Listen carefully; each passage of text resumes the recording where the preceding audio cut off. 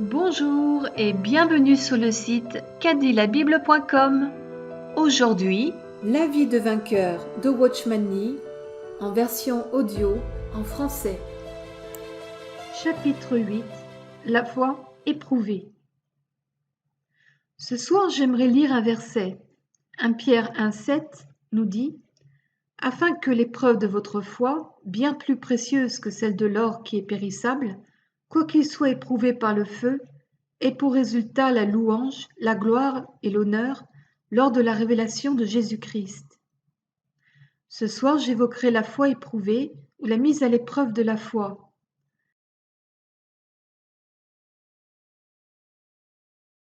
La Bible nous montre qu'il ne peut y avoir de foi sans mise à l'épreuve.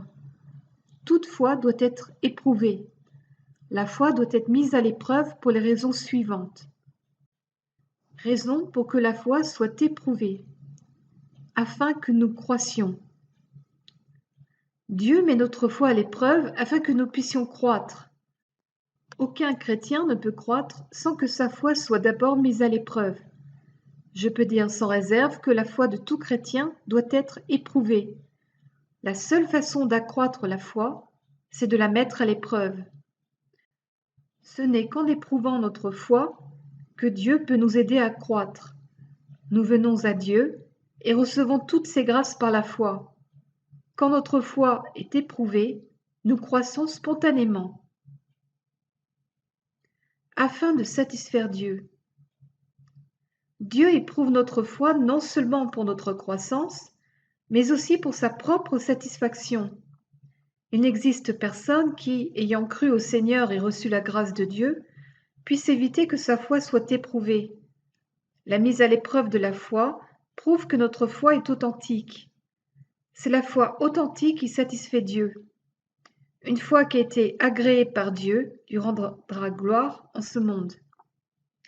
Quand nous passerons par des tribulations, des persécutions, des obstacles et des ténèbres, que nous croirons encore après ces épreuves et que nous tiendrons encore bon après ces adversités, cette foi glorifiera le nom de Dieu. Afin de faire taire Satan. Dieu ne met pas notre foi à l'épreuve uniquement pour notre croissance et sa propre satisfaction. Notre foi, agréée par Dieu, fera taire Satan. Satan n'admettra pas aisément que nous ayons cru et ne nous permettra pas de dire que nous avons obtenu ce en quoi nous avons cru. Il viendra toujours nous tromper et nous importuner. En éprouvant notre foi, Dieu enlèvera toute excuse à Satan. Lorsqu'il se rendra compte que nous sommes intransigeants, il se retirera. Aussi longtemps qu'il peut nous tromper, il nous bloquera et ne nous laissera pas en paix. Si c'est possible, il nous retirera la bénédiction de Dieu. Il ne nous lâchera pas avant d'avoir épuisé tous ses moyens. Pour faire taire Satan, Dieu doit éprouver notre foi. Afin que nous aidions les autres.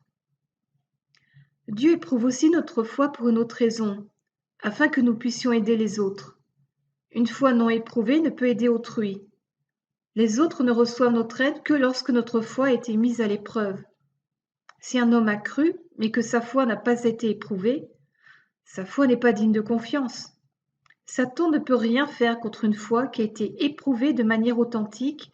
Il ne peut ébranler une telle foi. Seule cette sorte de foi aidera l'Église. Frères et sœurs, la foi qui a été éprouvée est bien plus précieuse que l'or périssable, cependant éprouvée par le feu. La relation entre notre foi éprouvée et le fait de vaincre. Considérons maintenant la relation entre notre foi éprouvée et le fait de vaincre. Dieu veut mettre notre foi à l'épreuve afin de s'assurer que notre foi est bien la foi. Toute foi authentique est de longue durée. Toute foi de courte durée n'est pas du tout de la foi. La foi authentique est toujours de longue durée. Elle croira après 3 jours, 1 mois, 1 an, 10 ans, voire 50 ans. La foi authentique peut résister à un obstacle, 5 obstacles, voire 10 obstacles. La foi authentique croira après avoir été mise à l'épreuve 1 fois, 5 fois ou 7 fois. Toute foi qui est de courte durée, qui s'écroule et s'évapore à la moindre secousse, n'est pas de la foi du tout. Dans la Bible, nous voyons que la victoire dépend de la foi en la parole de Dieu. Dieu déclare que son Fils est notre vie, notre tête, notre victoire, notre sanctification et notre puissance. Nous savons qu'il a porté notre fardeau et qu'il est responsable de toutes nos affaires. Nous savons qu'il nous procure la patience et l'humilité. Nous savons qu'il nous apporte intérieurement tout ce dont nous avons besoin. Grâce soit rendue au Seigneur. Nous savons et nous croyons, mais une telle foi doit passer par l'épreuve. Ce matin, un frère m'a dit « J'ai déjà lâché prise et j'ai déjà cru, je devrais avoir vaincu. Mais alors que je rentrais chez moi en vélo après la réunion d'hier, un vieil homme m'a renversé devant un grand magasin. Bien que je ne lui ai rien dit, je bouillais intérieurement. Que m'est-il arrivé? J'ai lâché prise, j'ai admis que je ne pouvais réussir, et j'ai cru que Christ était ma victoire. Pourquoi ma colère m'est-elle revenue? Je pensais ne plus me mettre en colère. Frères et sœurs, il y a deux raisons à cela. La victoire ne signifie pas que nous sommes changés. Après avoir vaincu et ne pas avoir péché pendant 1 semaine, 2 semaines, 3 semaines, voire 4 ou 5 semaines, vous pensez être devenu bon, avoir changé et mûri. Vous commencez peut-être à vous estimer vous-même et à vous enorgueillir. C'est pourquoi Dieu vous mettra à l'épreuve et vous fera échouer afin que vous vous rendiez compte que vous n'avez pas du tout changé. Si vous êtes capable d'endurer quoi que ce soit, ce n'est pas parce que vous avez changé, mais parce que vous êtes échangé. Le Seigneur a enduré à notre place. Si vous pensez avoir changé, vous échouerez sûrement. Il faut vous rendre compte que s'il y a quelque patience en vous, c'est Christ qui est patient à votre place. S'il y a quelque douceur en vous, c'est Christ qui est doux à votre place. S'il y a quelque sainteté en vous, c'est Christ qui est votre sainteté. Peu importe depuis combien de temps vous avez vaincu, vous êtes encore vous, vous serez toujours vous et vous ne changerez jamais. Watchman Nee sera toujours Watchman Nee. Dans 50 ans, il sera encore Watchman Nee. Une fois la grâce partie, il ne reste que Watchman Nee. Je rends grâce au Seigneur que la victoire soit Christ et qu'elle n'ait rien à voir avec moi. Je peux pécher encore, je n'ai pas changé du tout. Quelques missionnaires de la China Inland Mission, mission intérieure de la Chine, de Tchefu, m'ont un jour demandé quelle était la différence entre un changement et un échange. Je répondis que sans la grâce, Paul, Jean et Pierre n'auraient été que des pécheurs. Ils n'auraient pas été différents des autres si la grâce leur avait été enlevée. Si nous enlevons la grâce à une personne, elle devient pareille aux voleurs ou aux prostituées des rues. La grâce signifie que Christ nous remplace. Cela ne veut pas dire qu'un changement se soit opéré en moi. Dans un hymne, on trouve ces paroles.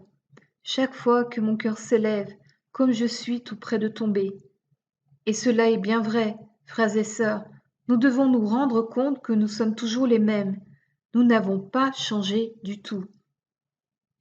La parole de Dieu est-elle plus fiable que notre expérience? Il nous est très facile de croire en notre propre expérience. Parfois, nous nous demandons comment une personne aussi faible, incompétente et colérique que nous peut vaincre. Quand nous observons notre propre expérience, nous pensons que la parole de Dieu ne peut être vraie.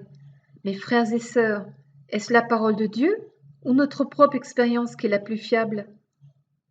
Un jour que j'étais à Tchefu, la femme du frère Winsely vint me voir et me dit qu'elle était déjà livrée à Dieu et croyait pleinement que le Seigneur était sa victoire.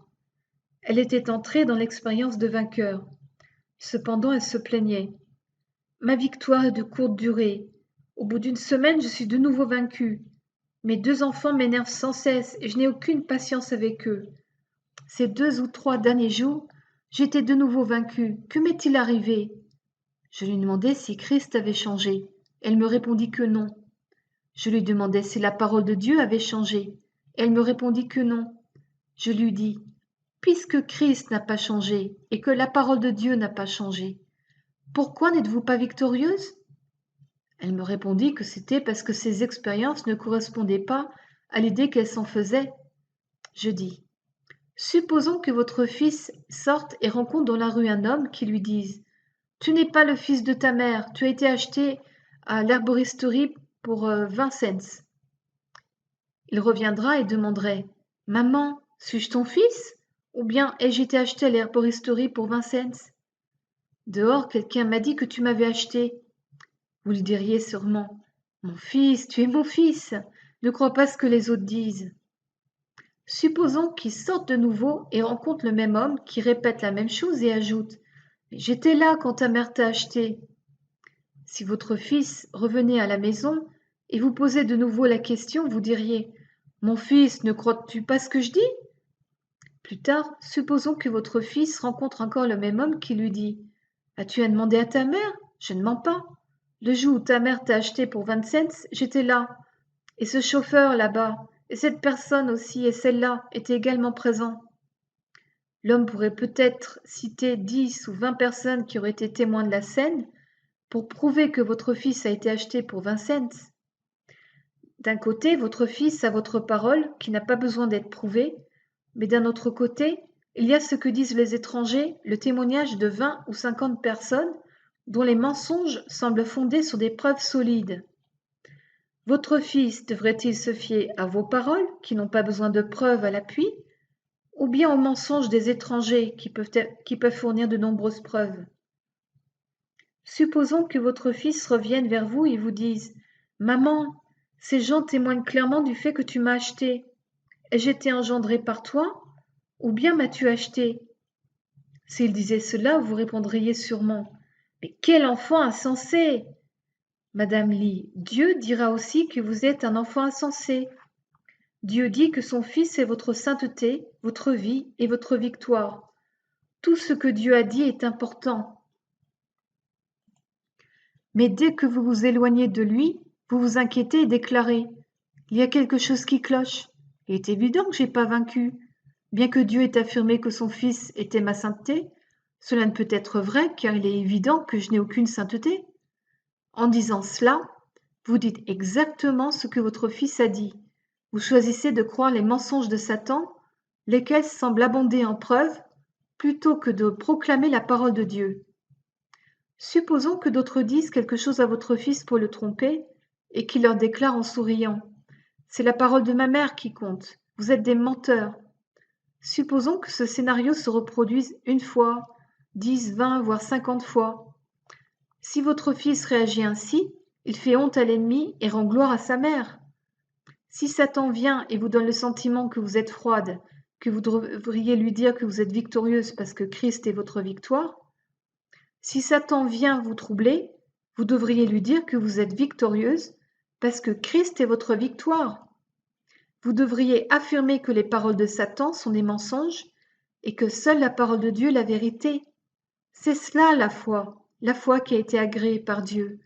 C'est la foi qui rend gloire au nom de Dieu. Si nous affirmons que nous croyons, mais que l'épreuve nous fait aussitôt reculer en larmes, où est notre foi? Une telle foi est de courte durée. La foi authentique doit supporter l'épreuve sans problème.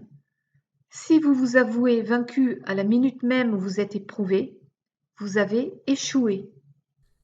Frères et sœurs, lorsqu'arrivent les épreuves et que nous affirmons que la parole de Dieu est digne de foi, déclarant que la parole de Jéhovah, le Seigneur des armées, subsiste, que tout ce qu'il a dit est important et que sa parole est établie au ciel pour toujours, nous tiendrons ferme.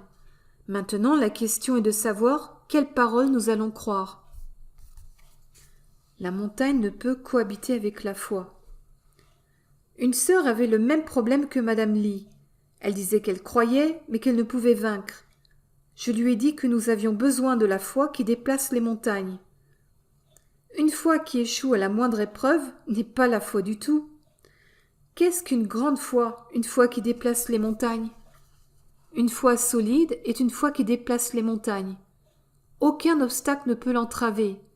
Les problèmes n'ont plus qu'à fuir.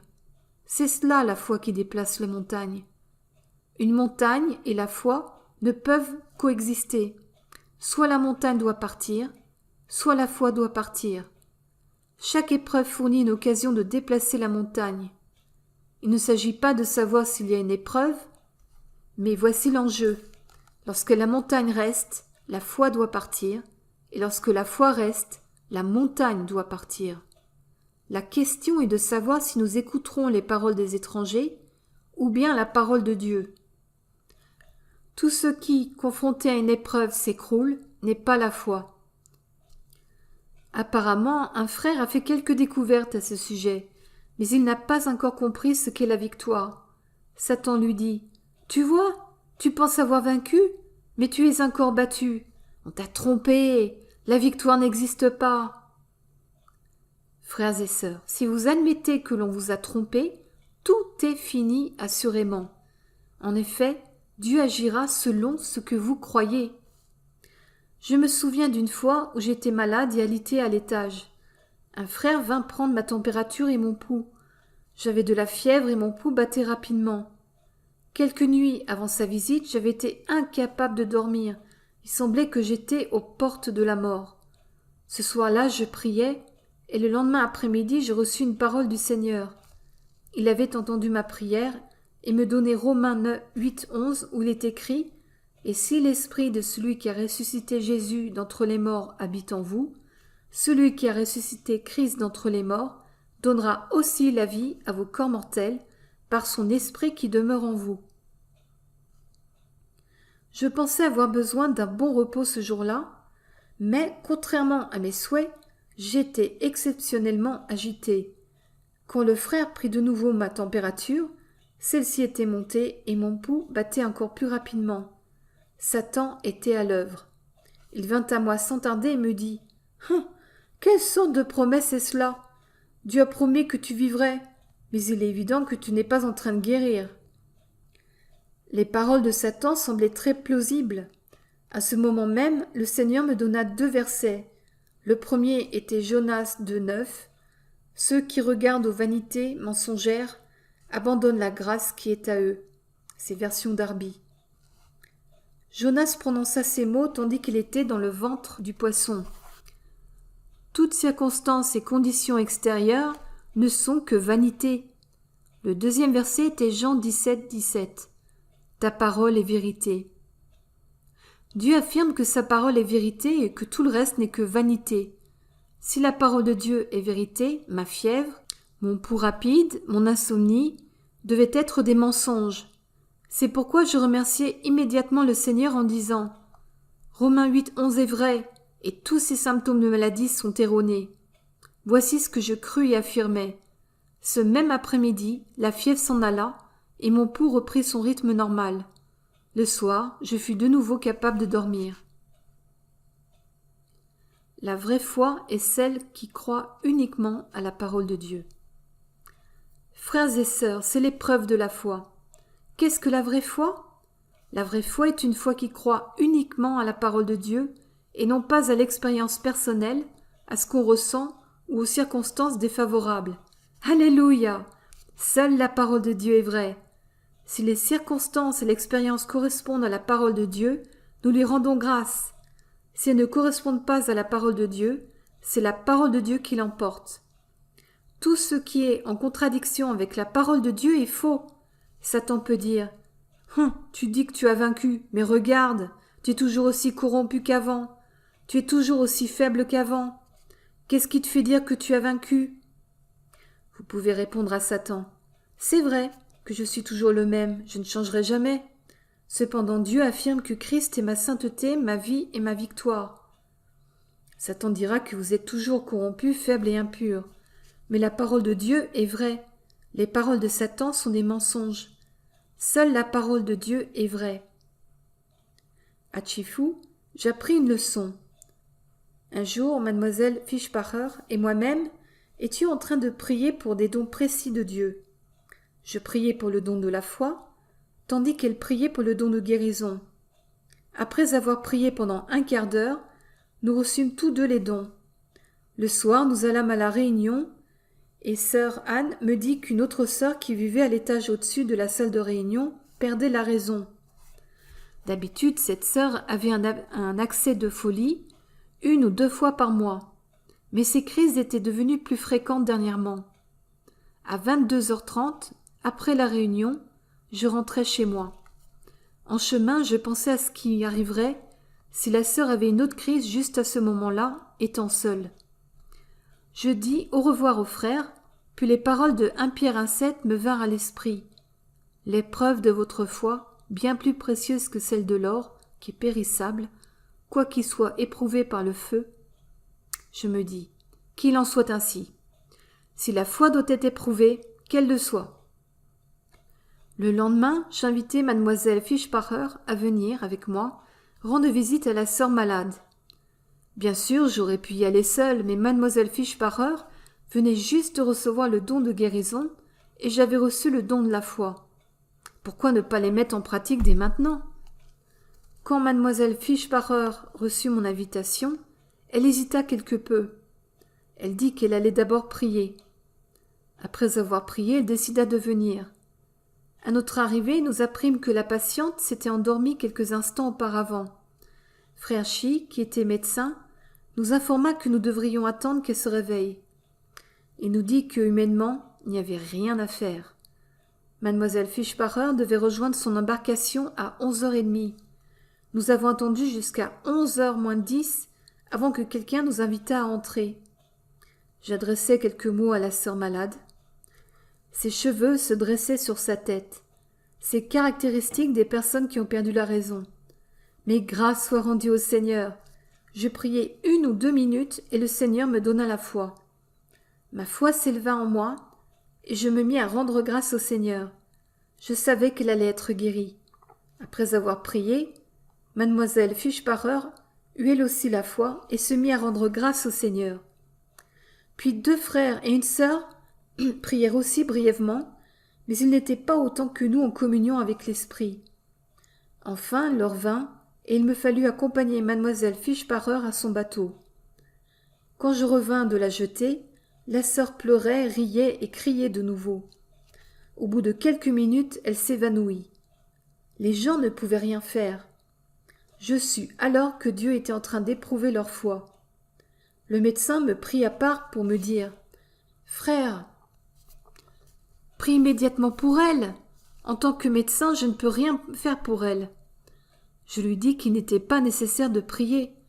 Je ris et déclarai « Satan, allez, essaye encore. Essaye autant que tu veux. » La sœur avait perdu la tête et j'agissais aussi comme si j'étais fou. Je riais. Elle hurlait dans la maison, je riais à l'extérieur. Elle continua ainsi jusqu'à 15h30 et je fis de même. À la fin, la foi me vint. À 16h, j'avais une réunion et je devais partir. Je dis au docteur Chi qu'il ne devrait pas la déranger ou essayer de faire quoi que ce soit. Il devrait simplement laisser Satan faire tout ce qu'il pouvait. Quand Dieu dit quelque chose, c'est fait. Il ne nous joue jamais de tours. Le soir même, le docteur Chi vint me dire que l'état de la sœur s'améliorait. Le lendemain matin, il me dit qu'elle était devenue normale. Je savais qu'elle continuerait à se comporter de manière bizarre, car la foi de quelque autre frère devait aussi être éprouvée. La sœur malade allait relativement bien pendant au plus 1 heure à la fois, et elle est très bien pendant seulement une demi-heure environ à la fois. L'après-midi, elle se comporta de nouveau d'une manière étrange, et le docteur Chi vient demander ce qu'il devait faire. Je me mis à genoux pour prier, mais aucune parole ne me vint. Il semblait que ma foi ne pouvait s'élever. Satan survint immédiatement et dit « Essaye de rire à nouveau. Hier, tu as tant ri. Pourquoi n'essayes-tu pas de rire aujourd'hui ?» Mais entre-temps, il semblait que ma foi s'en était allée. Satan était à mes côtés, déclarant « Tu pouvais rire hier, mais maintenant tu es si froid. » Mais grâce soit rendue au Seigneur. Une voix en moi me dit « Tes sentiments ont peut-être changé. Hier tu pouvais rire, et aujourd'hui tu es froid. Mais moi, je n'ai pas changé. » Je répondis « Non, le Seigneur n'a pas changé. » Et je me mis immédiatement à rendre grâce au Seigneur en disant « Seigneur, tu n'as pas changé. » La veille, je croyais à la parole de Dieu. Mon rire ne rendait pas Dieu plus digne de confiance. De même, mon impression de froideur et l'absence de rire ce jour-là ne rendaient pas Dieu moins digne de confiance. Je me contentais de rendre grâce au Seigneur et ne priais pas davantage. Au cours de la soirée, le docteur Chi me dit que la sœur était complètement guérie de sa maladie en ce qui concernait ses symptômes physiques. Le lendemain, elle retrouva son calme. Alléluia! La parole de Dieu est digne de confiance. C'est une démonstration de foi. Frères et sœurs, nous voulons voir des résultats immédiatement après avoir cru. Nous voulons que l'expérience suive tout de suite. Mes frères et sœurs, ne pouvons-nous pas persévérer dans la foi en Dieu pendant 3 jours ou pendant 3 mois? Si nous en sommes incapables, où est notre foi? J'ai dit cela déjà une fois, et je le répète, celui qui croit ne se hâtera pas de fuir. C'est Ésaïe 28:16, version anglaise. Un jour, le Seigneur dit aux disciples de passer sur l'autre rive. Soudain, une bourrasque survint, et les vagues se mirent à battre contre la barque. La barque allait bientôt être pleine d'eau. Le Seigneur Jésus était à l'arrière de la barque, endormi sur un coussin. Quand les disciples le réveillèrent, ils dirent « Maître, tu ne te soucies pas de ce que nous périssons ?» Le Seigneur se réveilla et menaça le vent et les vagues. Après cela, que dit-il? On lit dans Marc 4, verset 40. « Comment n'avez-vous pas de foi ?» On lit dans Matthieu. « Gens de peu de foi » chapitre 8, verset 26. Nombre de prières désespérées ne sont que des signes d'incrédulité. Si la foi est là, on peut tenir ferme. Le Seigneur nous a dit de passer sur l'autre rive. Il ne nous a pas dit d'aller au fond de la mer. Il a ordonné cela, et peu importe que le vent soit violent ou que les vagues soient déchaînées. Regardez et voyez si la barque coule ou non.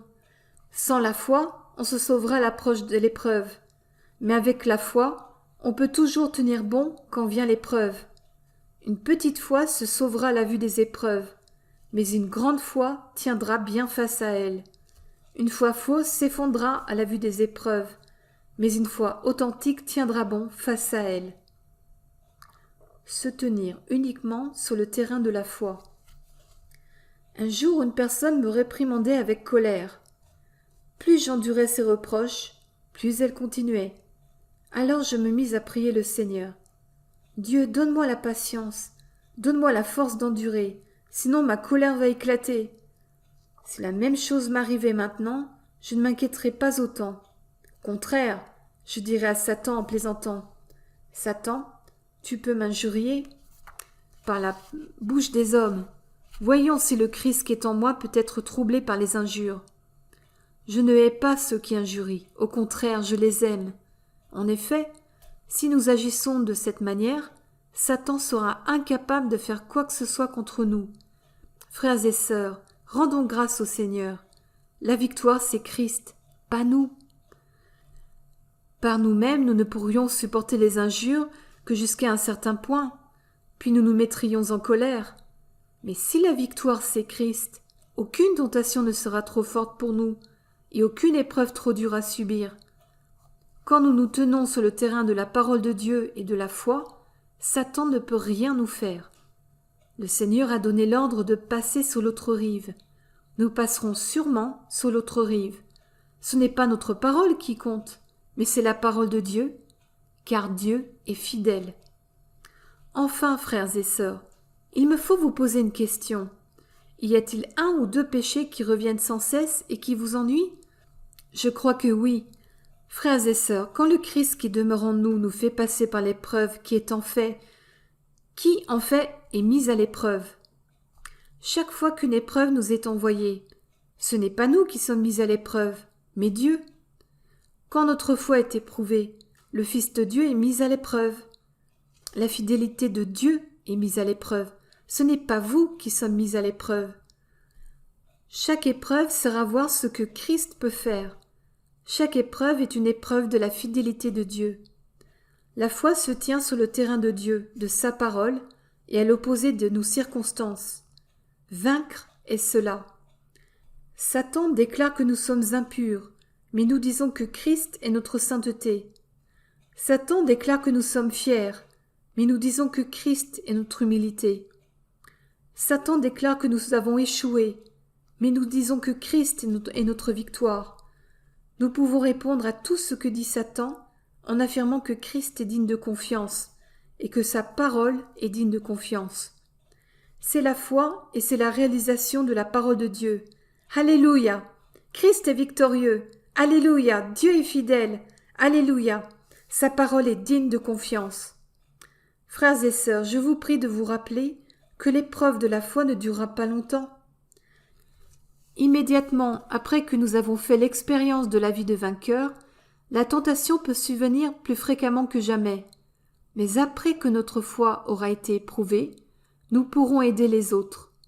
Après la mise à l'épreuve de notre foi, le cœur de Dieu sera satisfait et son nom sera glorifié. La bouche de Satan sera fermée, il ne pourra rien nous faire. Alléluia! La parole de Dieu est digne de confiance. Grâce soit rendue au Seigneur. Quand nous nous tenons devant Dieu, rien ne peut nous faire obstacle. Quand nous avons la foi, aucune montagne n'est immuable. La foi se spécialise dans le déplacement de montagnes. Du moment qu'il s'agit d'une montagne, la foi peut la faire disparaître. Alléluia! Dieu est fidèle. Nous vous remercions pour votre écoute et nous espérons vous retrouver sur notre site cadilabible.com.